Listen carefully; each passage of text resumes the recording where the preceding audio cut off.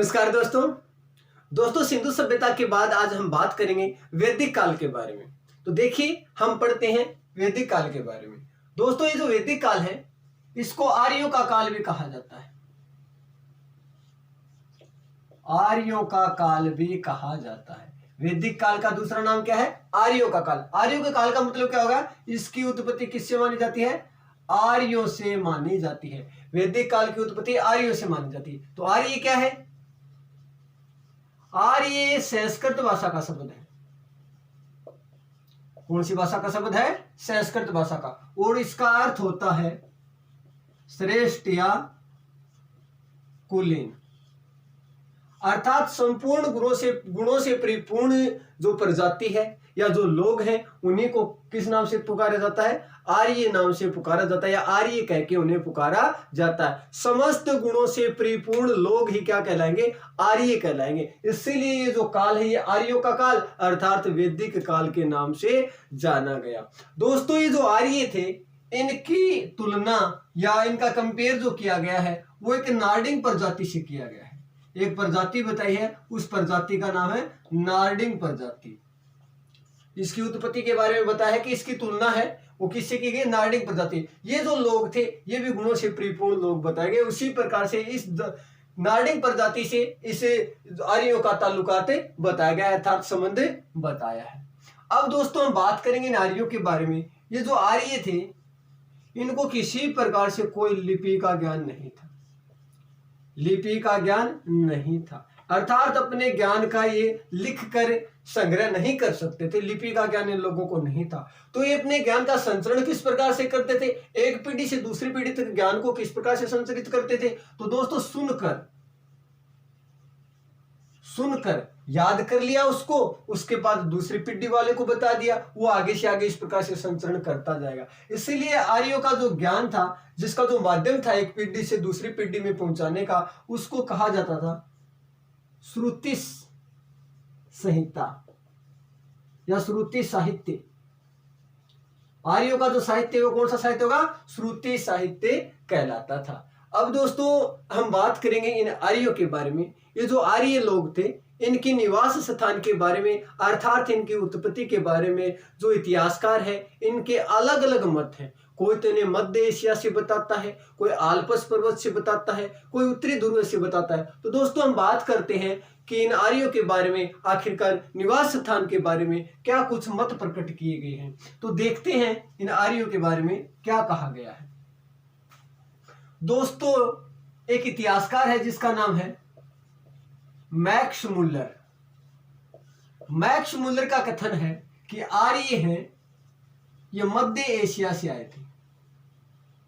मध्य Asia में एक क्षेत्र बैक्टीरिया, यहां से इसकी उत्पत्ति मानता है। और नोट करना साथ साथ कौन मानता है? मैक्स मुल्लर के अनुसार कहां से आए थे? मध्य एशिया और बैक्टीरिया से आए थे। उसके बाद में एक है इतिहासकार जिसका नाम है गार्डन चाइल्ड। गार्डन चाइल्ड का कथन है कि ये जो आर्य थे ये दक्षिणी रूस से आए थे। दक्षिणी रूस से आए थे। उसके बाद हम बात करेंगे मैक्के और हार्ट। इनका कथन है कि आर्यों की उत्पत्ति जर्मनी से हुई है। कहां से हुई है? जर्मनी से हुई है। उसके बाद दोस्तों हम बात करेंगे हमारी जो एनसीईआरटी के बारे में बात करेंगे। एनसीईआरटी का कथन है कि इनकी उत्पत्ति है, आर्यों की उत्पत्ति आल्पस पर्वत से हुई है। एक पर्वत है जिसका नाम है आल्पस पर्वत है, इससे इसकी उत्पत्ति मानी जाती है। उसके बारे में हम बात करेंगे बाल गंगाधर तिलक। बाल गंगाधर तिलक का कथन है कि इनकी उत्पत्ति उत्तरी ध्रुव से हुई है। कहां से हुई है? उत्तरी ध्रुव से हुई है। उसके बाद स्वामी दयानंद सरस्वती हैं। स्वामी दयानंद सरस्वती। स्वामी दयानंद सरस्वती के अनुसार आर्यों की जो उत्पत्ति है वो तिब्बत से बताई गई है। कहां से बताई गई है?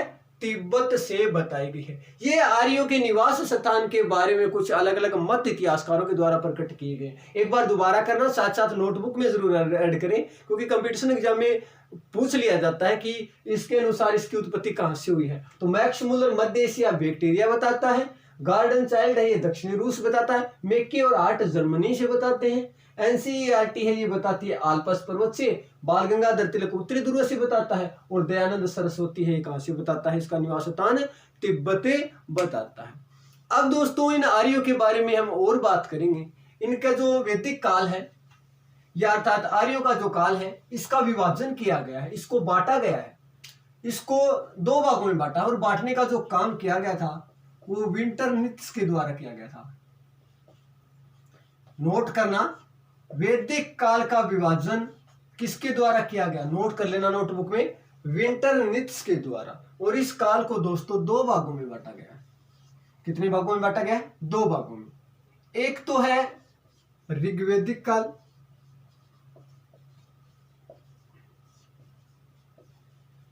और दूसरा है उत्तर वैदिक काल।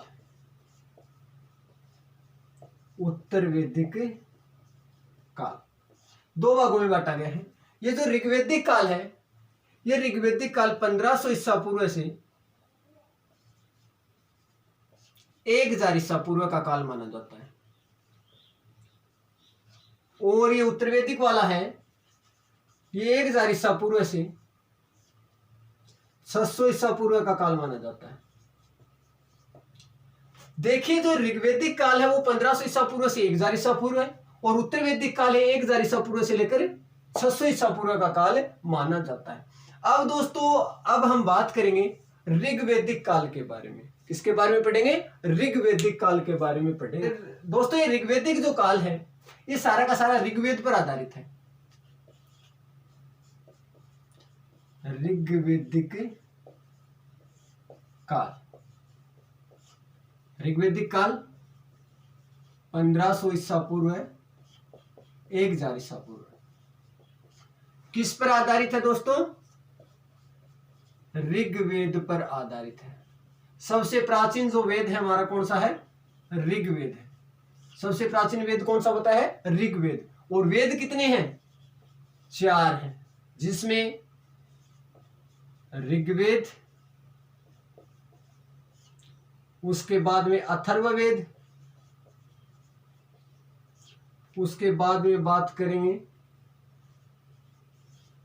सामवेद, और उसके बाद में बात करेंगे अजुर्वेद। वेदों की संख्या कितनी है? 4। और सबसे प्राचीन जो वेद है वो है ऋग्वेद, जिसमें देवताओं की स्तुति के बारे में वर्णन है। उसके बाद में है अथर्ववेद। अथर्ववेद में हम बात करेंगे तो संस्कार है, कर्मकांड है, उनके बारे में अध्ययन है। उसके बाद सामवेद की बात करेंगे, इसमें संगीत के बारे में वर्णन मिलता है। अर्थात भारतीय जो संगीत है इसका जनक कौन से वेद को कहा जाता है? सामवेद को कहा जाता है। भारतीय संगीत का जनक कौन से वेद को कहा जाता है? सामवेद को कहा जाता है। और अजुर्वेद की बात करें इसमें यज्ञ संपन्न, यज्ञ हवन के बारे में जितनी भी जानकारियां हैं वो किसमें है? यजुर्वेद में देखने को मिलती हैं। ये दोस्तों वेदों के 4 प्रकार हैं। और जो ऋग्वैदिक जो काल है, ऋग्वैदिक काल, वो किस पर आधारित है? ऋग्वेद पर आधारित है। ऋग्वैदिक काल किस पर आधारित है? ऋग्वेद पर। और सबसे प्राचीन वेद है हमारा ऋग्वेद। अब ऋग्वेद की हम बात करेंगे तो ऋग्वेद है ये सबसे प्राचीन वेद है, और ये इस ऋग्वेद पर आधारित है। जो हमारा काल है वैदिक काल का वो है ऋग्वैदिक काल, जो 1500 ईसा पूर्व से 1000 ईसा पूर्व का काल माना जाता है। ऋग्वेद में अगर हम बात करेंगे तो इसमें सुकत 1028 सुकत, मंडल 10 और मंत्र 10,552 मंत्र बताए गए। देखिए ऋग्वेद के बारे में दोबारा देखना, बार बार पूछा जाता है, कंपटीशन एग्जाम में आता प्रश्न। कितने सुकत है ऋग्वेद में? 1028। मंडल कितने हैं? 10। मंत्र कितने हैं? 10,552 शुद्ध मंत्रों का उच्चारण इसके अंदर किया जाता है। और दोस्तों इन मंत्रों का जो उच्चारण किया जाता है वो अग्नि स्तुति के बाद, मंत्रों का उच्चारण किसके बाद? अग्नि स्तुति, अग्नि के आगे इनका मंत्रों का उच्चारण किया जाता है, जो कितने बताए हैं मैंने? 10,552 मंत्रों का उच्चारण किया जाता है। सबसे महत्वपूर्ण मंत्र,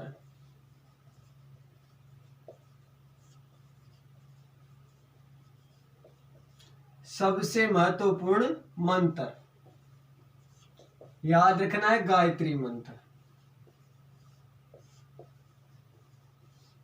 वर्णन मिलता है 4। गायत्री मंत्र का जो उच्चारण है वो कौन से मंडल में देखने को मिलेगा? मंडल संख्या 4 में। और सबसे महत्वपूर्ण मंत्र बताया, कौन से मंत्र को? गायत्री मंत्र को। उसके बाद हम बात करेंगे ऋग्वेद में सोम का भी उल्लेख किया गया है, उल्लेख किया गया है, सोम का उल्लेख भी किया गया। सोम का मतलब शराब, शराब का, और इसका वर्णन देखने को मिलता है मंडल संख्या 9 में देखने को मिलता है। दोस्तों अब हम बात करेंगे ऋग्वेद काल की भौगोलिक व्यवस्था के बारे में, ऋग्वेदिक कालीन भौगोलिक व्यवस्था के बारे में पढ़ेंगे। देखिए दोस्तों, जो ऋग्वेद काल था उसकी जो भौगोलिक व्यवस्था की अगर हम बात करेंगे तो उसका जो क्षेत्र था उस क्षेत्र को सप्त सिंधु प्रदेश कहा जाता था। सप्त सिंधु प्रदेश कहा जाता था। ऋग्वेद काल का जो भौगोलिक क्षेत्र था उस क्षेत्र को सप्त सिंधु प्रदेश कहा जाता था, अर्थात 7 नदियों के बीच की भूमि की बात करें, 7 नदियां थी महत्वपूर्ण वहां पर। तो उन नदियों के बारे में हम बात करेंगे। कंपटीशन एग्जाम में पुटअप कराने वाले प्रश्न है कि वर्तमान में क्या कहते हैं, उस समय उनका क्या नाम था। देखिए वर्तमान नाम है सिंध, वर्तमान में एक नदी है जिसे कहा जाता है सिंध, और प्राचीन काल में या वैदिक कालीन नाम उसका वैदिक कालीन नाम उसका वैदिक कालीन नाम था सिंधु। सिंध को क्या कहा जाता था? सिंधु। और ये वैदिक काल की सबसे महत्वपूर्ण नदी थी। आपसे पूछा जाए वैदिक काल की सबसे महत्वपूर्ण नदी बताइए तो आपको बताना है सिंधु या सिंध। अब उसके बाद हम बात करेंगे झेलम, वर्तमान नाम है उस नदी का झेलम, और वैदिक काल में झेलम को क्या कहा जाता था? वितिस्ता कहा जाता था। वैदिक काल में झेलम नदी का नाम क्या था? वितिस्ता था। उसके बाद हम बात करेंगे वर्तमान में जिसे कहा जाता है चिनाव, और वैदिक काल में उस चिनाव नदी को असिकनी कहा जाता था, असिकनी। उसके बाद में वर्तमान में जिसे रावी कहा जाता है, उस समय वैदिक काल में उसे परूषणी नदी के नाम से जाना जाता था। रावी नदी को कौन सी नदी कहा जाता था? परूषणी नदी कहा जाता था। उसके बाद हम बात करेंगे वर्तमान में जिस नदी को हम व्यास कहते हैं उस नदी को विपाशा नदी के नाम से जाना जाता था। सतलज नदी है वर्तमान में, उसे कहा जाता था सुतुद्री नदी। कौन सी नदी? सुतुद्री नदी कहा जाता था। और घग्गर नदी है जिसे मैंने बताया था आपको जब हनुमानगढ़ जिले की हम कालीबंगा सभ्यता पढ़ रहे थे। घग्गर नदी जो मर्त नदी या डेड रिवर है या आंतरिक अपवाह तंत्र की सबसे बड़ी नदी, तो उस घग्गर नदी को वैदिक काल में सरस्वती नदी के नाम से जाना जाता था। और ये जो सरस्वती नदी थी वैदिक काल की सबसे पवित्र नदी माना जाता था। वैदिक काल की पवित्र नदी बताइए तो आपको बताना सरस्वती, और महत्वपूर्ण पूछे तो आपको बताना कौन सी? सिंध या सिंधु नदी थी। अब दोस्तों उसके अलावा गंगा, यमुना और सरयू, गंगा यमुना सरयू आदि नदियां भी उस समय बहती थी। अब दोस्तों हम बात करेंगे उस समय हिमालय पर्वत भी था, और हिमालय पर्वत की जो चोटी थी उसे मंजुवत कहा जाता था, मंजुवत कहा जाता था। हिमालय पर्वत श्रृंखला थी, हिमालय पर्वत श्रृंखला की सबसे बड़ी जो चोटी थी उसे मंजुवत कहा जाता था। और मंजुवत से हमने अभी पढ़ा था सोमरस प्राप्त किया जाता था। क्या प्राप्त किया जाता था? सोमरस, और जिसका ऋग्वेद के मंडल संख्या 9 में उसका वर्णन देखने को मिलता है। ये दोस्तों ऋग्वेद काल की जो भौगोलिक व्यवस्था थी उसके बारे में जो महत्वपूर्ण जो जानकारी थी उसके बारे में हमने पढ़ा। दोस्तों कल हम बात करेंगे ऋग्वेदिक काल की राजनीतिक व्यवस्था के बारे में हम विस्तार से पढ़ेंगे। दोस्तों मैं फिर कह रहा हूं आपको, आप देखिए, देखने के बाद अगर कुछ अच्छा महसूस कर रहे हैं तो लाइक कीजिए, शेयर कीजिए, सब्सक्राइब कीजिए। दोस्तों आज से हमारे इस चैनल पर इंग्लिश की क्लास भी स्टार्ट हो चुकी है, तो आनंद लीजिए, अपने परिवार को बढ़ाइए, यूट्यूब परिवार को। मिलते हैं अगले वीडियो में।